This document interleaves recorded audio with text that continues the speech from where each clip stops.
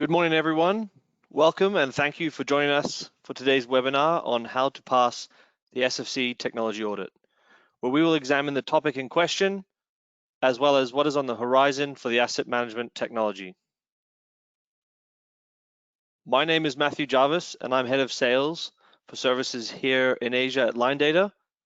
I am joined today by two of our senior technologists, Jed Gardner and Rick Morris. Jed, Rick, would you like to take a moment to introduce yourselves? Yeah, sure. Hi, my name's Jed Gardner. I'm Senior Vice President of Linedata Technology Services.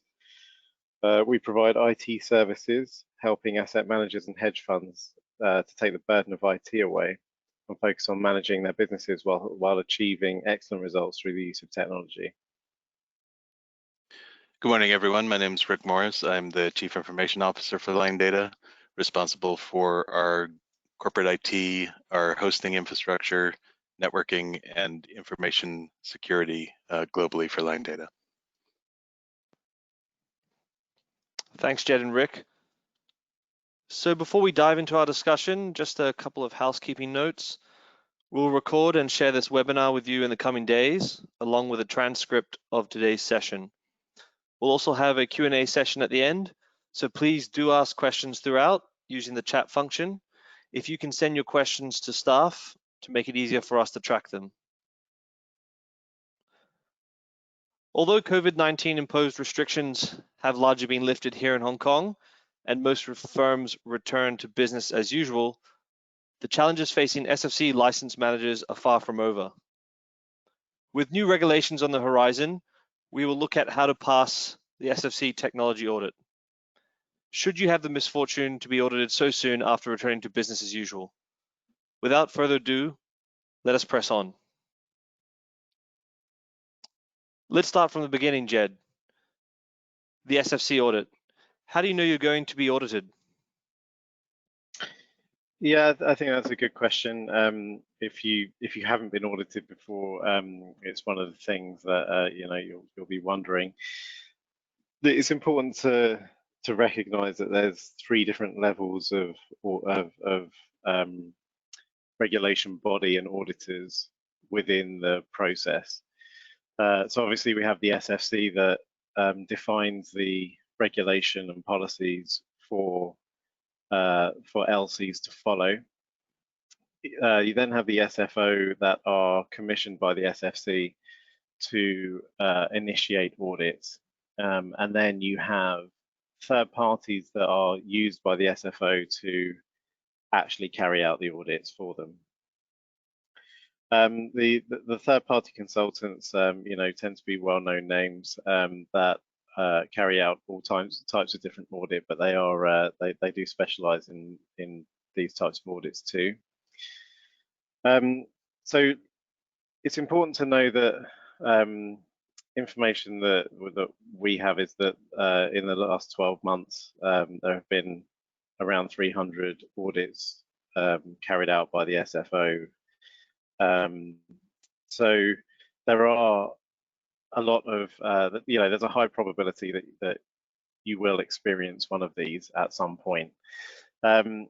Generally, the way that this works is that the SFC will ask the SFO to audit an LC initially using a Section 179 notice, and a Section 179 notice is based on a remote audit of any discrepancies that's seen in reporting from annual reporting from an LC. If they see a discrepancy, then they're going to ask the SFO to carry out the initial audit, and that will be a letter that will lay out the problems with reporting and discrepancies that need to be addressed, and you'll be asked to respond to that request, clarifying the points that come out of the discrepancy. Obviously, it's obvious, but the trick here is to respond quickly, make sure that you're concise with information. If you can explain why the discrepancy exists, then great. It probably won't progress any further. If you feel like you're struggling to explain the discrepancy, then do your best, but ultimately, the second stage is that if they feel like the explanation around the discrepancy hasn't been accounted for well, then the SFO will issue a Section 182 notice, which will mean that a physical audit will follow. All right, so in the event that you do receive an S182, I mean, how do you respond, and what can you expect? So it's going to be very easy to know. They're going to issue a letter that will tell you that you're going to be audited. They'll give you a date. You know, the whole you know, if you watch shows that show hedge funds with regulators walking up the same day and auditing them immediately, those things don't really happen. You do get a notification that it's going to happen. That letter will contain the reasons behind the audit, and part of them, or the most important part of the letter, will be the date that you're going to be audited. And the second part will lay out what information the SFO will want you to have available for the third-party auditor at the time when they attend the audit. So the audit will last typically 3 to 5 days. You know, one of the most important things is the way that you organize yourselves around how to manage that audit. Putting an audit manager in place that belongs to the LC, you know, typically a COO or a CCO would take on that responsibility, and just accept that over that week, it's the most important thing that you have to do.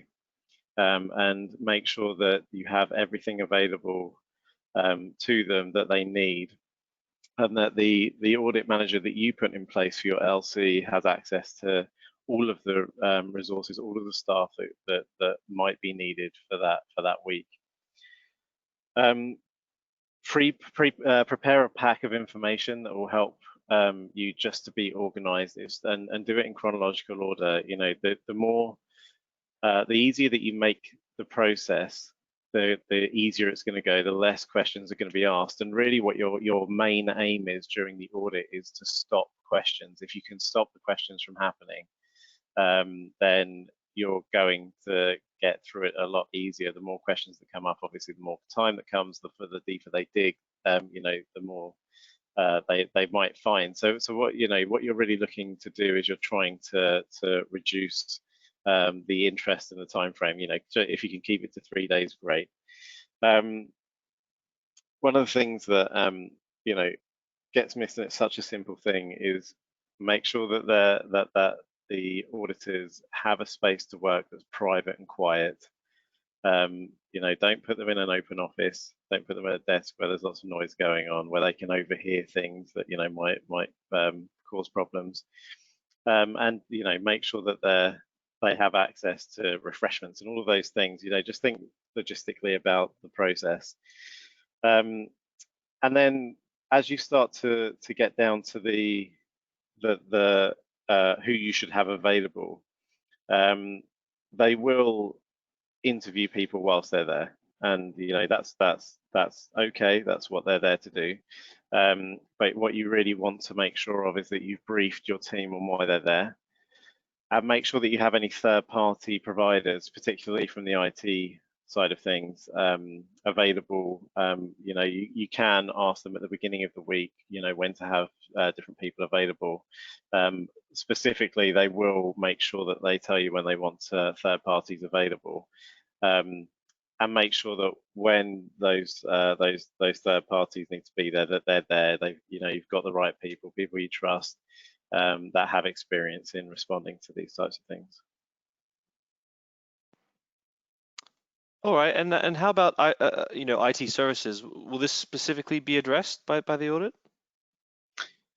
Yeah, the audit team, in my experience, they will always dig into the technology side of things, and that's regardless of the discrepancies that they're trying to address, and that will be addressed through an expected interview around Section 399, which is the trading using internet systems part of the SFC regulation.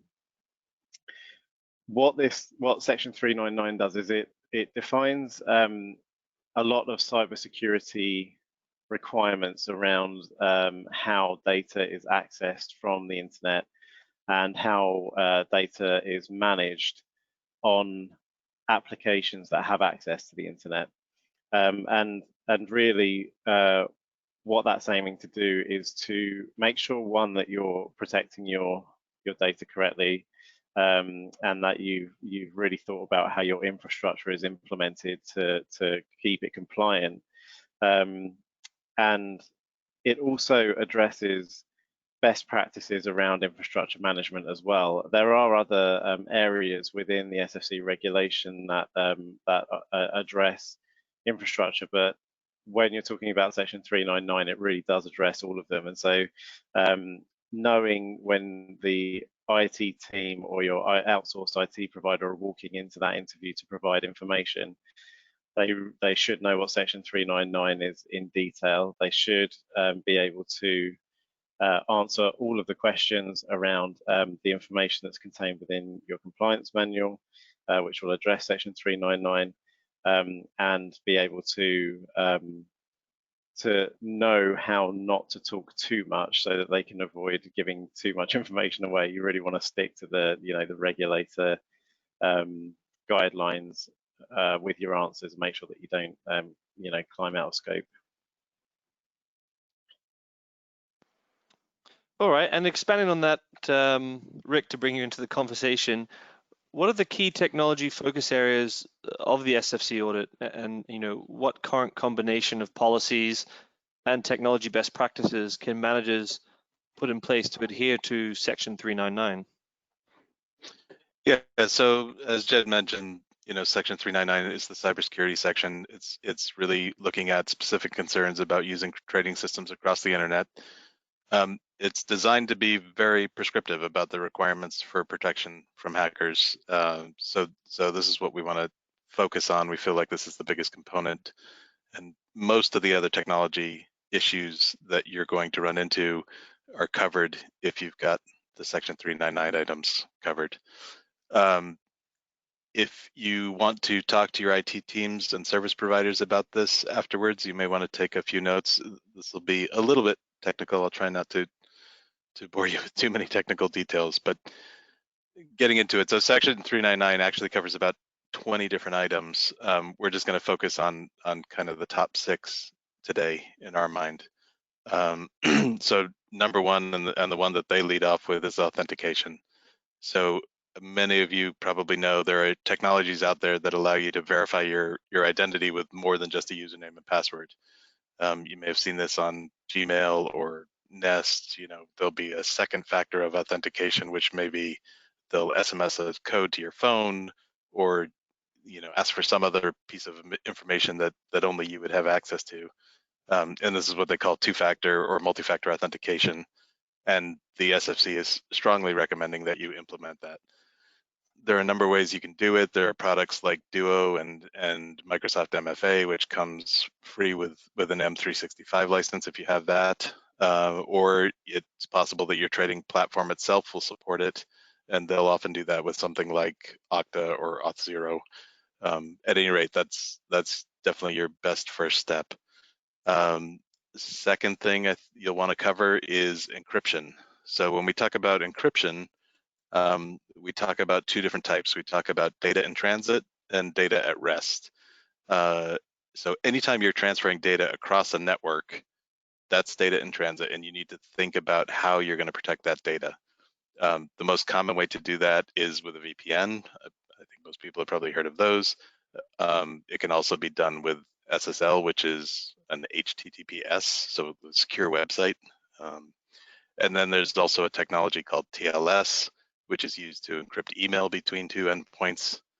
So if you're transferring sensitive data through email, you definitely want to make sure you've got TLS in place.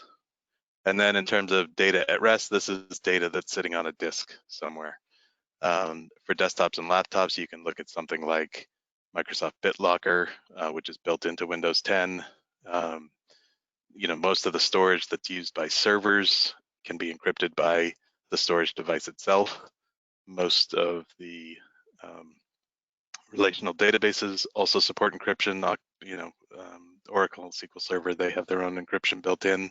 Or you could use a public cloud provider's encryption service offering. All the big players have some form of encrypted storage. Third thing to focus on is going to be data retention. So, whenever we talk to people, we recommend the kind of industry standard best practice, which is you want 60 days of daily backups, 12 months of monthly backups, and 7 years of yearly backups. Another piece with data retention, so there is a type of storage available that prevents data from being changed once it's written. And this is called read once, write many, or WORM. This is a technology that is not explicitly required by the SFC right now for regulatory data, but they do specifically say that companies have a responsibility to guard against damage, falsification, tampering, and destruction, and worm storage is one way to guarantee that. We've seen this being looked at by the SEC and the FCA, and it's certainly possible that that's coming from the SFC in the future. Number 4 is version and patch management. You want to make sure that all of your underlying infrastructure is on supported versions of hardware, that your trading system stays on a supported version, and patch management is really critical. The SFC strongly recommends that testing and implementation of patches and hotfixes should be applied within 1 month, which really makes this kind of a prime candidate for outsourcing. It's not glamorous work. New patches come out every month, and they've got to be tested and applied. And if that's not in your wheelhouse, you definitely may want to talk to somebody about getting patch management done externally. Number 5 is physical security. So all security begins with physical security. If they have access to the machines themselves, the hackers are going to be able to do things that they can't do over the network, and they're going to be able to break in. And the SFC specifically recommends that a licensed or registered person should establish physical security policies and procedures to protect the critical systems. So definitely talk to your IT, your info security people about, are we comfortable with our physical security? Are our servers locked up? This is a situation where co-location and public cloud providers tend to have this down pretty well.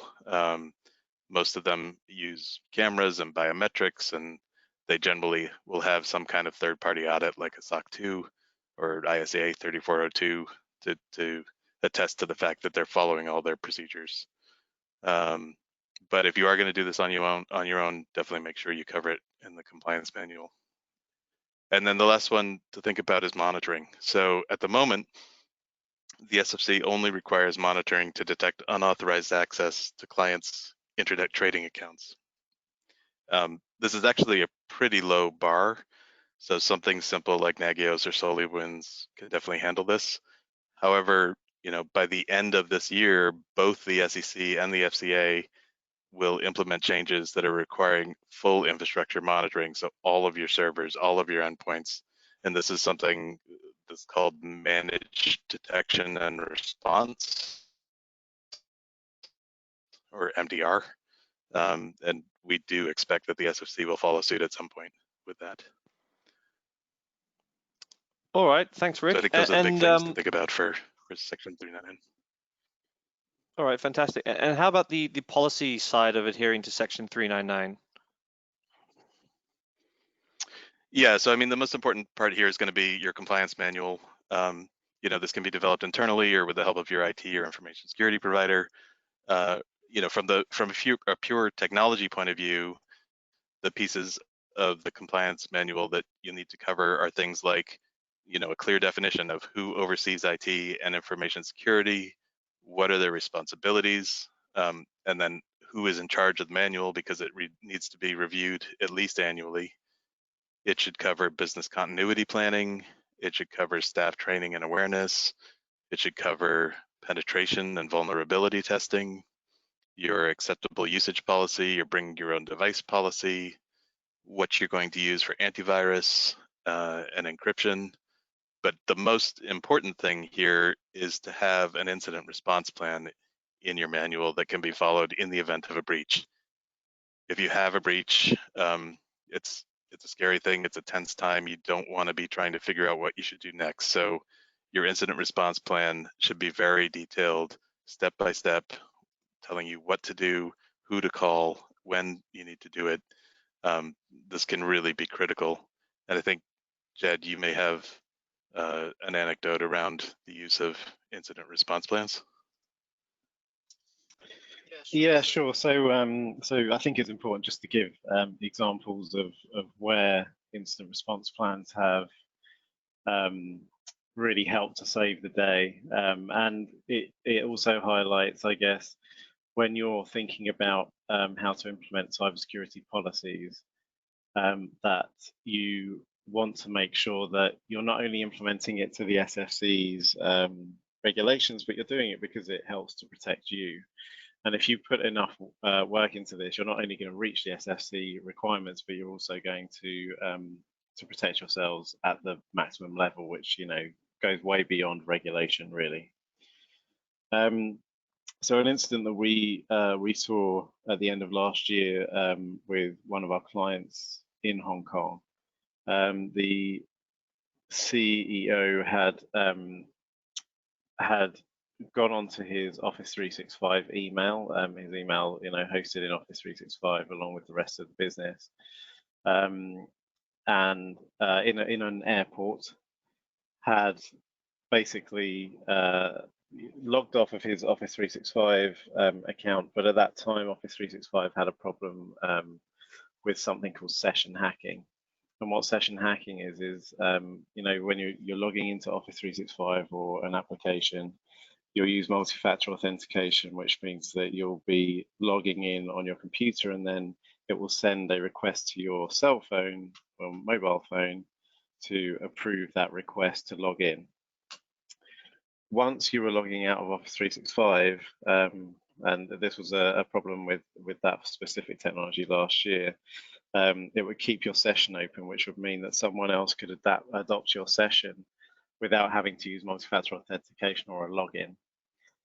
So a hacker managed to get into the client's Office 365 environment, create an admin account, and then monitor the CEO's communication. What they then did was they sat there for a few months watching that communication, learning the CEO's behavior, which is called a CEO impersonation hack. And then looking at the language that the CEO was using, the way that the CEO requested information, and built knowledge up around how he asked for things to be done. He then, the hacker then monitored the CEO's calendar and communication and found out that the CEO was going on a fishing trip for 72 hours on a certain weekend, a Friday to a Sunday, and that he was going to be completely out of cell service. So what the hacker did was waited for that particular Friday, created invoices that he had found on the Office 365 email system that matched both the vendor that the client was using for certain services and the amounts that were being billed on a monthly basis, and created invoices that looked exactly the same with new dates on them. When he was out on this fishing trip on the Friday, knowing he was out of cell signal, sent it to the finance team and said, pay it now, pay it now, pay it now. It really needs to be paid today. Don't delay. They obviously tried to phone the CEO, couldn't get hold of him because he was out of cell signal, and just paid the invoices. By the time the CEO got in on the Monday and they realized that the money was gone and he hadn't actually requested for these invoices to be paid, the money had bounced through six accounts and had disappeared. Now, the thing about that particular hack is that they didn't have particularly good instant response plan, which meant that by the time we had been told about this situation, there was very little that we could do about it. But also, if you look at the whole process, really, the process breaks down at the point that the finance team were just paying invoices without any kind of fail-safe to make sure that these things didn't happen, you know, not phoning the vendor to find out whether that payment was really due. Little things like that that really make things happen, and all of this can be built into an incident response plan. You know, if something feels wrong, it probably is, and actually responding, you know, whilst it's happening can help. Another example of a really good management of an incident response plan was a client that we were working with in the US that clicked on a link from a very reputable website that itself had been hacked, had downloaded some malware into memory, which is something that is very hard to monitor, and then started sending out emails to all of his contacts.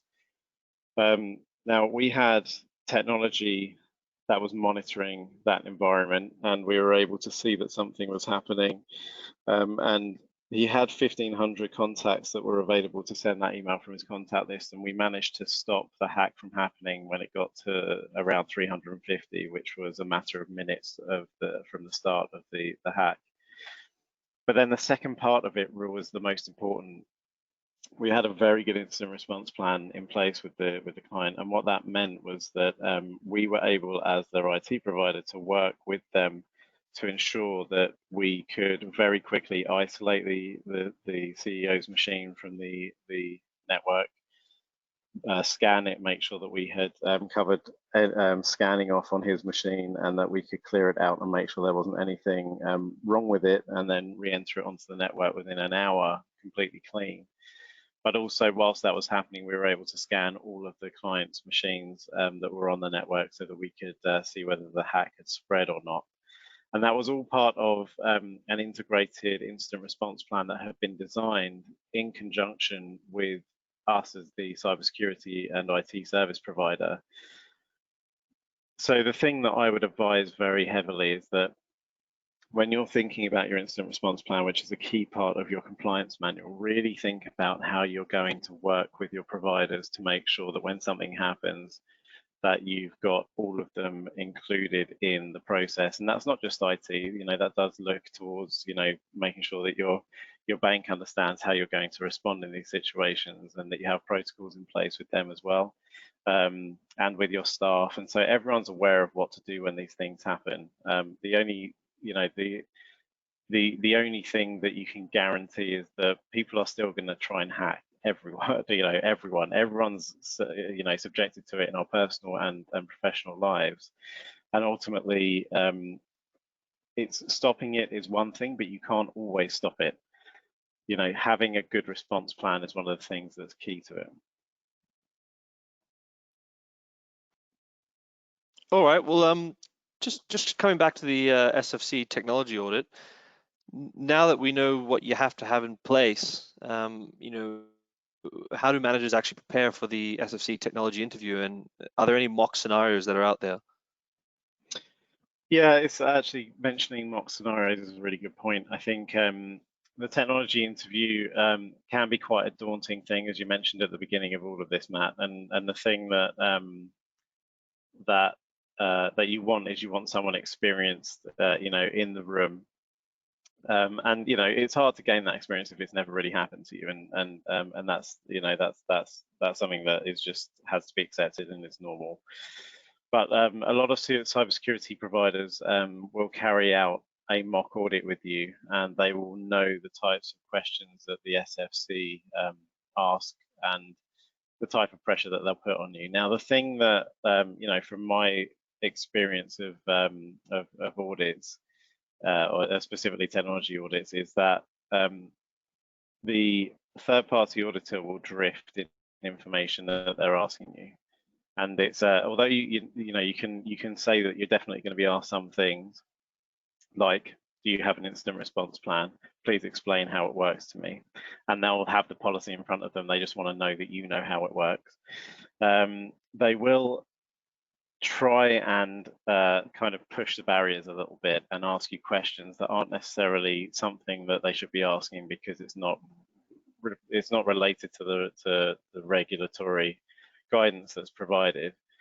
So it's important that one, try and do a mock audit once a year or so. Just, you know, it's a really important thing. If you have a cybersecurity provider already, use a third-party cybersecurity provider that's not your IT or cybersecurity provider. You know, don't mark your own homework, is most importantly. Make sure that it's independent. Make sure that it's as real as possible. The pressure in that room is tough. It's intense, and you know, you want to make sure that that is as real as possible. And brush up on, you know, if you're being audited and you need your service provider, your IT team, your CTO to walk into that room and perform, make sure that they brush up on the regulation, make sure they understand the whole of Section 399, because if they do, they're going to notice when the third-party auditor starts to run off script a little bit and try and draw you into answers that then, once you've given them, they can start digging into. So, you know, it's an answer within a technology audit of, sorry, but that's not relevant to what you're interviewing me for right now, is a good answer. It's not something that is going to be confrontational. It's an answer that is relevant to the situation, and I think it's important to remember that. But you know, the third-party auditors, although they're good, they tend to have a bit of a poor understanding of what their boundaries are and what their scope is. So don't let the scope drift. Okay, fantastic. And moving away from the current SFC technology audit and with EDSP on the horizon, I mean, what new policies and technologies will managers have to have in place to pass, you know, the new SFC audit? Jed, Rick? Yeah, so with regards to EDSP, there's a couple of important things to keep in mind. I mean, first is that it only applies to regulatory records. So any records or data relating to conducting regulated activities, as well as relevant information, business operations data, client information, that kind of thing. The second is that the circular does not apply if the companies are using EDSPs to keep data in parallel with the data that they keep on premises. So the latest update from the SFC is that they've received the latest proposal from AMA, and they've responded with some clarifications, but ultimately the discussion here is really around the service providers and the LCs struggling with the concept of both managers in charge, the mix, as well as the responsibilities for access to data. So currently the SFC is asking EDSPs to provide two MICs who both reside in Hong Kong. AMA has requested for them to follow the same guidelines they're using for the LCs, which is a minimum of one MIC, and that manager is not required to reside in Hong Kong. And then in terms of the data issue, service providers have recommended using this indelible storage, the worm storage that we talked about earlier, to try and meet the requirements of the SFC, and they hope that this will provide an adequate solution. But you know, this is all still under discussion. The regulation comes into play in December 2020, and at the moment, it's still unclear how this will be addressed. All right, fantastic. And moving further afield from Hong Kong and learning from other jurisdictions, what are some of the newer technology talking points from other regulators, such as the SEC, FCA, that managers should be mindful of here in Hong Kong? Yeah, so that's I mean, it's a really interesting question. I think the thing that we've learned about the SFC over the last sort of 5 years is that they listen intently to what's happening in other jurisdictions, particularly the SEC and the FCA. They and you know, our experience is that if the SEC or FCA bring something in, and usually it's the SEC first, then the FCA, and then the SFC, they will try to adopt it themselves. I think the thing that we know about the SFC is that they are they're very communicative about the things that they're going to put in place, which is great. But they sometimes you know, are a little bit behind the curve, which, you know, from a regulatory standpoint isn't such a bad thing, because it gives a little more freedom for a little more time. But they you know, they will adopt, and so, you know, a little bit of advice is, if you're really looking for what the SFC is going to do, then have a look at what the SEC and FCA are doing in North America and Europe.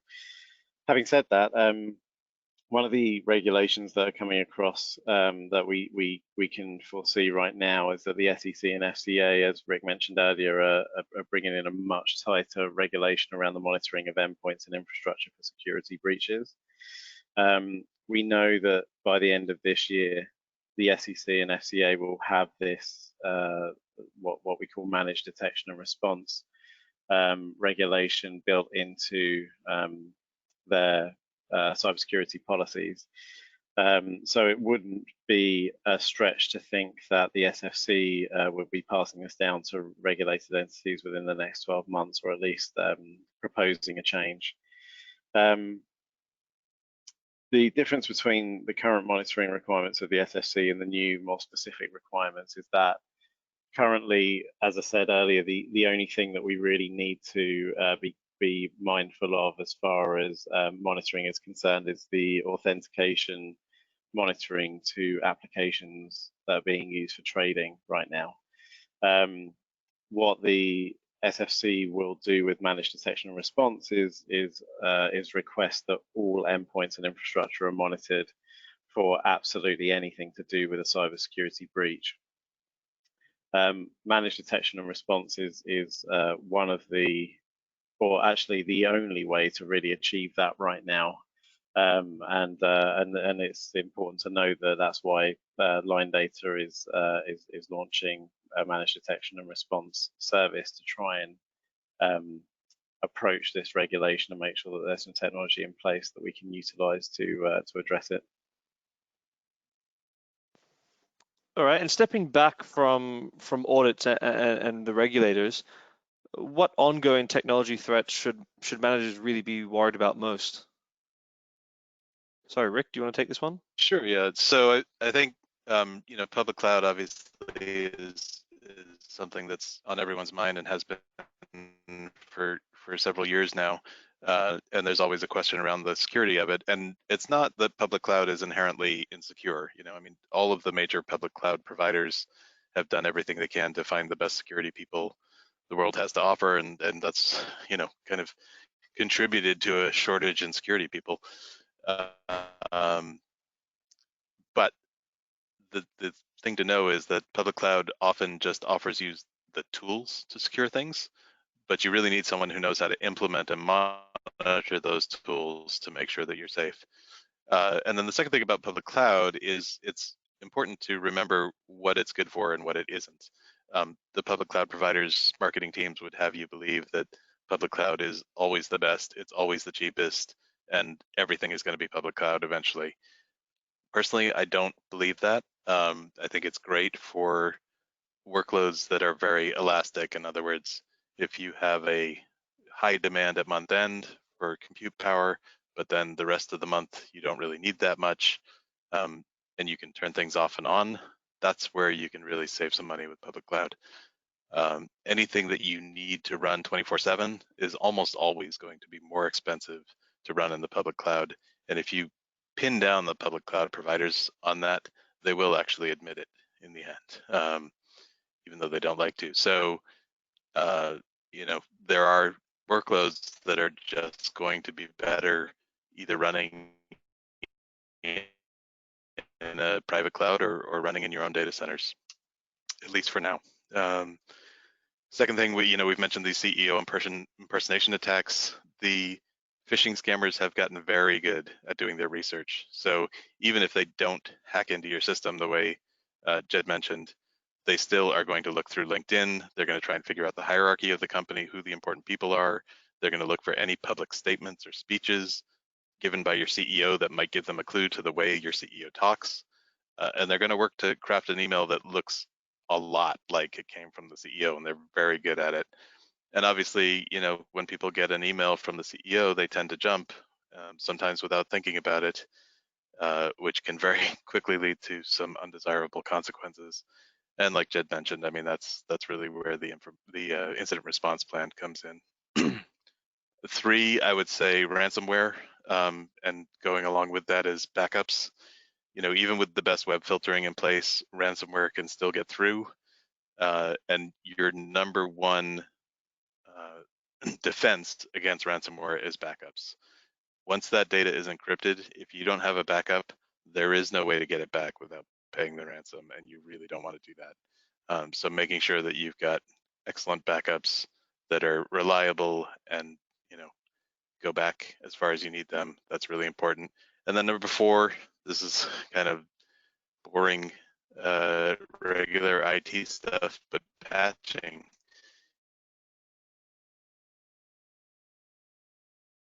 You've got to think about that, you know, in conjunction with the antivirus and the endpoint protection. Regular and reliable patch of your servers and your workstations is the best thing you can do to protect yourself. You know, for Microsoft, these patches come out at least once a month, often even more frequently.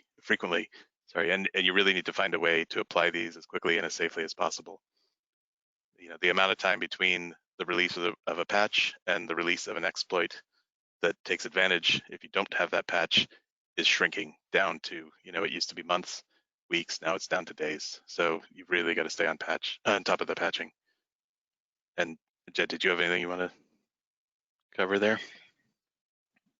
Yeah, so one thing that I feel quite strongly about, coming from the service provider aspect, is that the making sure that your SLAs are really well negotiated with your service providers.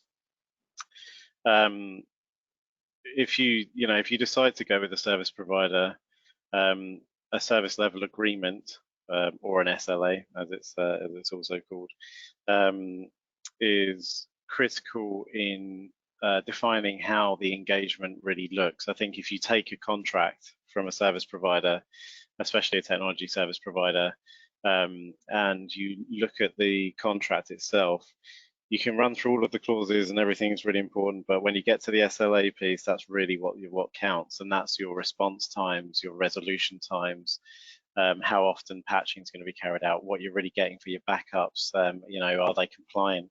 They're the things that really define what the service really looks like. Making sure that you have someone really carefully helping you, and you know, in my experience, having a CTO or a virtual CTO or an IT specific or technology specific lawyer looking for helping you define your SLAs is really good time spent when you're negotiating a technology contract, because otherwise you're you're kind of leaving it a little bit up to chance.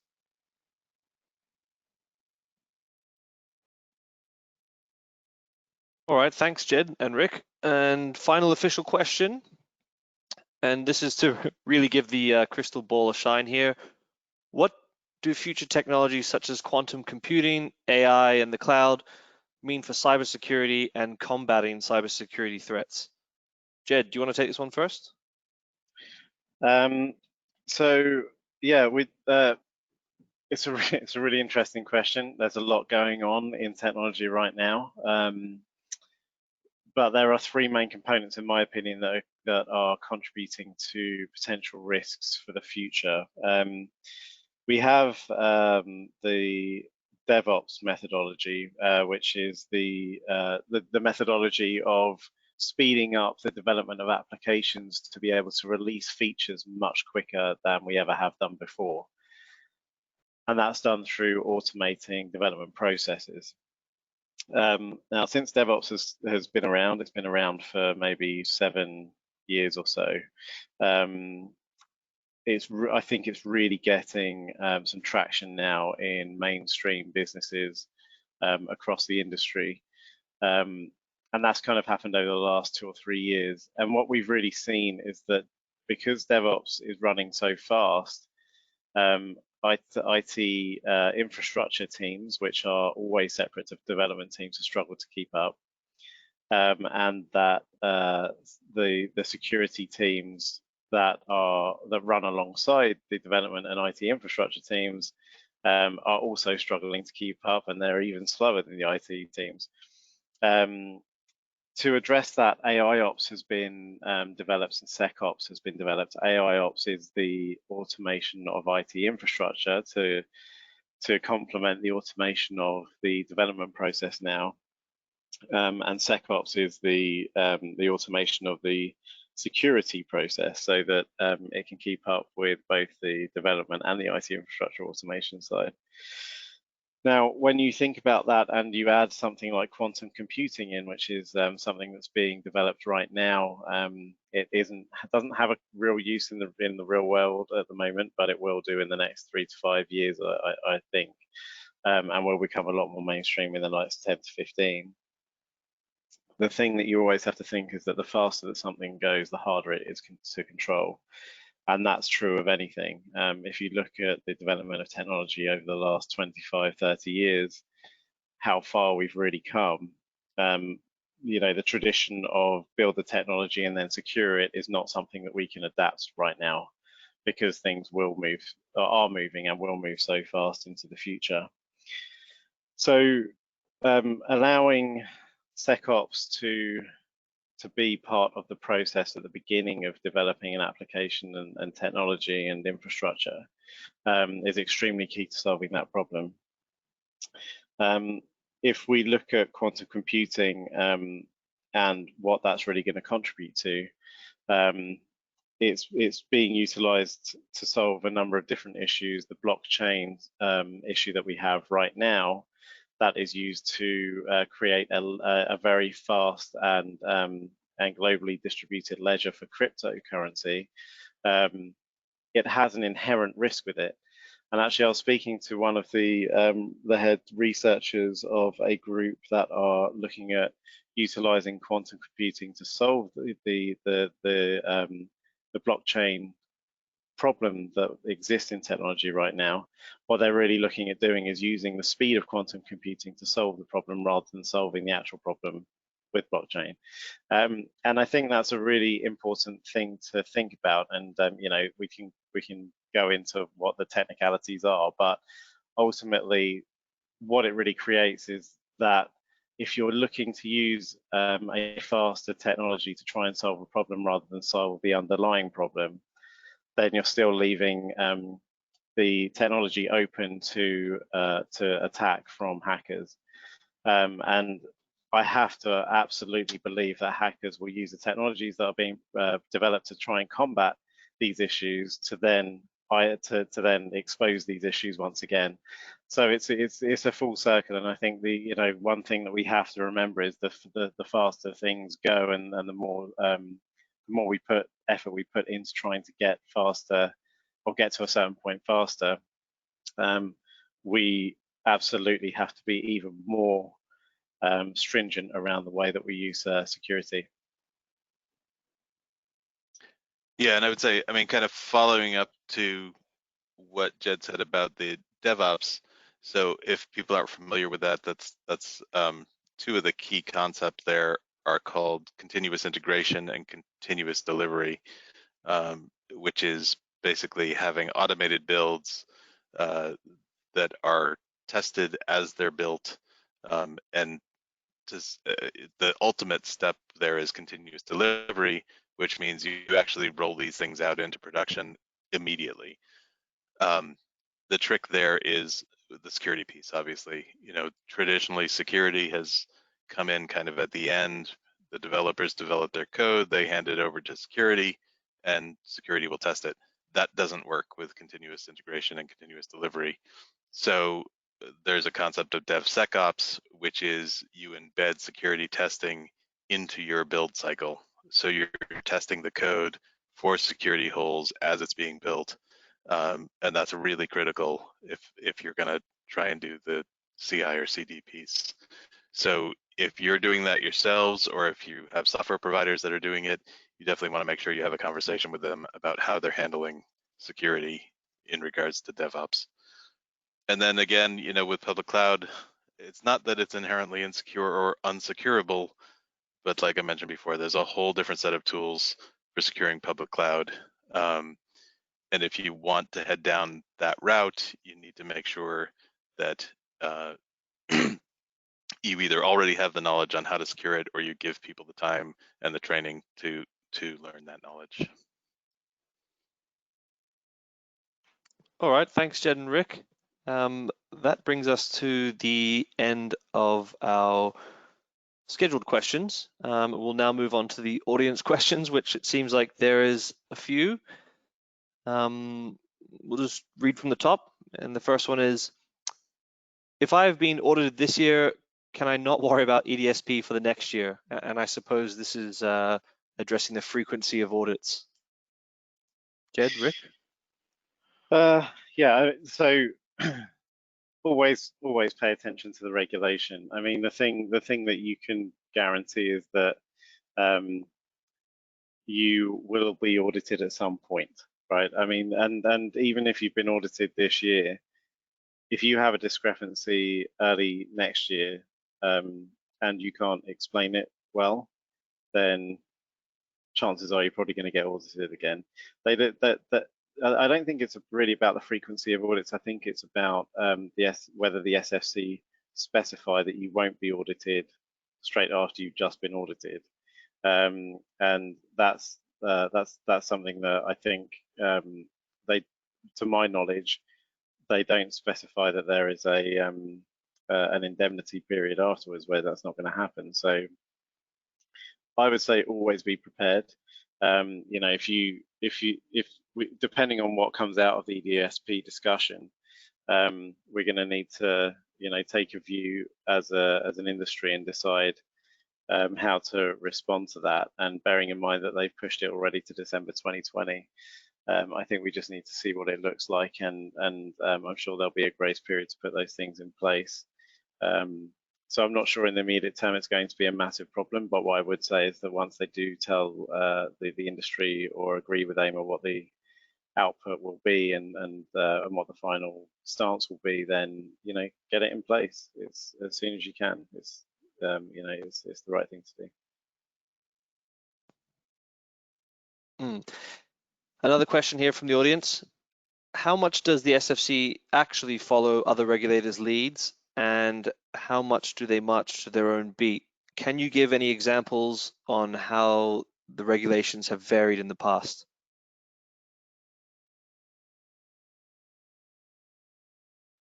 So I think the SFC have mostly followed. The thing that I would say that the SFC does really well is once it does get a hold of regulation that other jurisdictions are using, they tend to be a lot more prescriptive about what they're expecting. The biggest problem that we have around the London financial market around the FCA and the North America financial market around the SEC is that they tend to be quite generic, and they're a little ambiguous about what they expect, which kind of leaves it up to interpretation. The SFC have been very good at being very specific around what they expect. When it comes down to cybersecurity, I would say that they lagged a bit behind. But when you look at, you know, a good example of when the SEC in North America got hacked like 4 years ago, and 100 million records were taken. Some of them were published online, you know, and it was a really tough time for the SEC, obviously, because they're asking the investment houses in North America, obviously, to be secure, and they weren't able to secure themselves. They really brought forward a very prescriptive cybersecurity regimen that was defined. And what we did think at the time was it was extremely well defined, and it was understandable. We could understand how to follow it.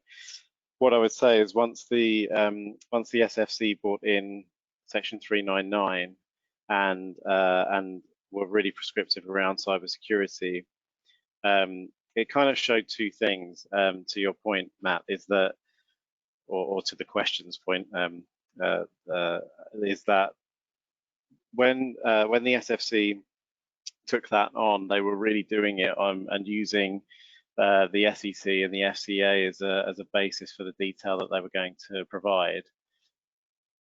But at the same time, they made their own decision about how they were going to do it, and actually, I think they implemented it better than the other regulators. And so, in a nutshell, they do follow the lead of other regulatory bodies, but when they do put the regulations in place, they're very prescriptive and they're very well communicated. And I think that's something that they really do better than other jurisdictions. All right, another question here from the audience. Beyond technology, what training can I give staff and who can help me train my staff? Yes, so there's a few things you want to look at here. Kind of the most basic is an acceptable usage policy. You want to make sure you have something that's thorough but concise enough that you read it. You're going to want to make sure that there's some kind of annual sign-off. It can't be a thing that you read once and never look at it again. Also, you're going to want to do regular and ongoing security awareness training, at least annually. Hearing stories like the CEO impersonation hack, things that have happened, you need to drill that into people that this kind of thing is happening. And if it, as Jed said, if it feels wrong, it probably is wrong. Don't panic. Think about what you're doing. But that, again, that's an ongoing process. You have to, people, if they don't hear it on a regular basis, they tend to get lax.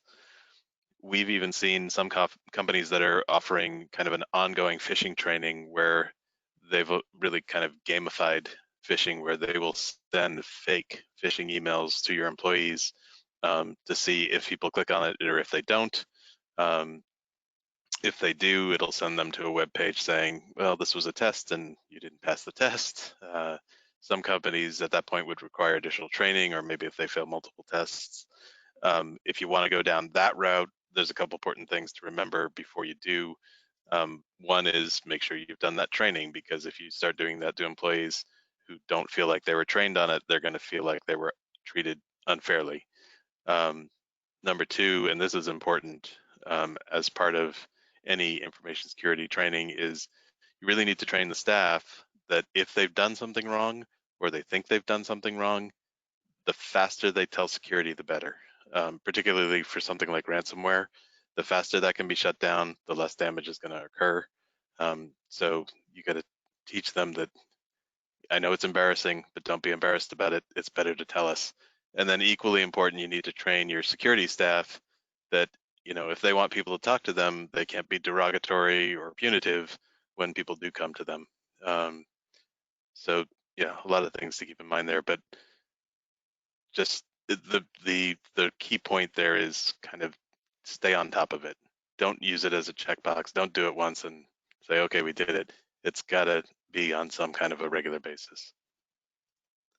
Yeah, and just to add to that, I have seen some organizations, I think to Rick's point, that one of the biggest dangers of being too prescriptive around, or I guess defensive around staff and their actions, and whether they've clicked on a link, a couple of times, and how you treat that situation is really key. And the thing that you don't want to do is punish people, because if you do that, they won't tell you it's happening.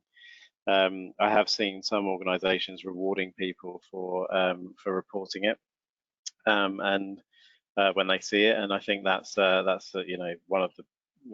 key part of it. And if you can make it acceptable and not a difficult subject, then you're ultimately protecting your business even more. All right, I think keeping mindful of the time, I think we have room for one more question, and actually there's a lot to choose from, so I'll just go from the top.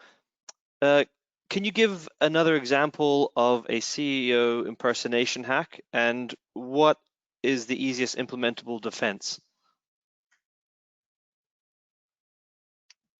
Yeah, so we actually experienced this just last week at Linedata. we had one of our senior managers receive an email that looked like it came from our CEO. It was one of those very urgent kind of emails saying, you know, we have this NDA, we have this new prospect, we need this NDA signed immediately. Please follow this link and sign the NDA. Do it now, do it now.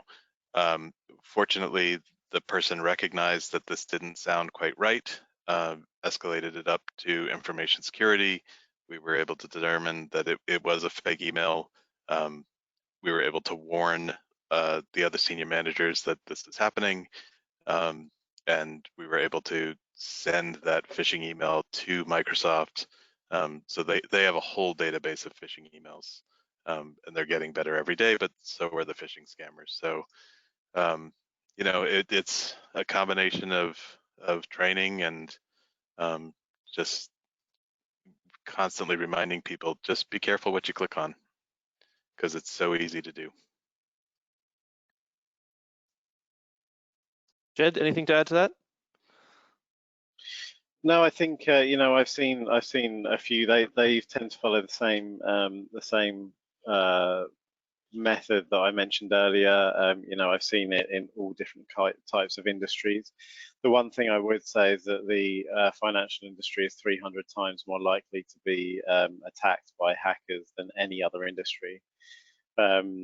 So you will hear a lot about it, and you know, don't take it with a pinch of salt, right? It is one of those things where if you don't take it seriously, eventually it's going to happen. And if you trained your staff and you have the right policies, and you know your teams are aware and know it's acceptable to report it, then you're going to you know, have a much better chance of beating the hackers once they do choose you. And I think that's you know, the kind of message that I would like people to go away with. All right, fantastic. And unfortunately, that is all we have time for today. There's still a number of other questions, but we will follow up directly with the questionnaires. And thank you, everyone. A link for today will be sent to your email. Thank you.